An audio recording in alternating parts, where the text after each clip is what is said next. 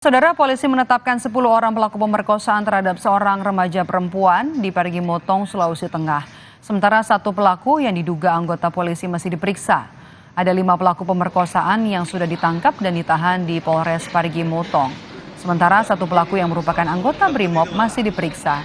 Adanya keterlibatan anggota BRIMOB didapati dari pengakuan korban. Untuk membuktikan keterlibatan anggota BRIMOB itu, polisi masih membutuhkan satu alat bukti lagi.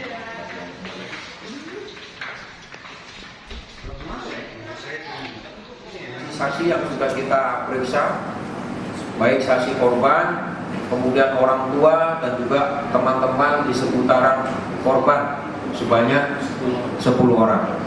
Sehingga kemarin kita sudah sepakat dari penyidik untuk menetapkan 10 tersangka. Dan ada satu tersangka yang masih kita lakukan pendalaman, ya, karena baru berdasarkan pengakuan daripada korban.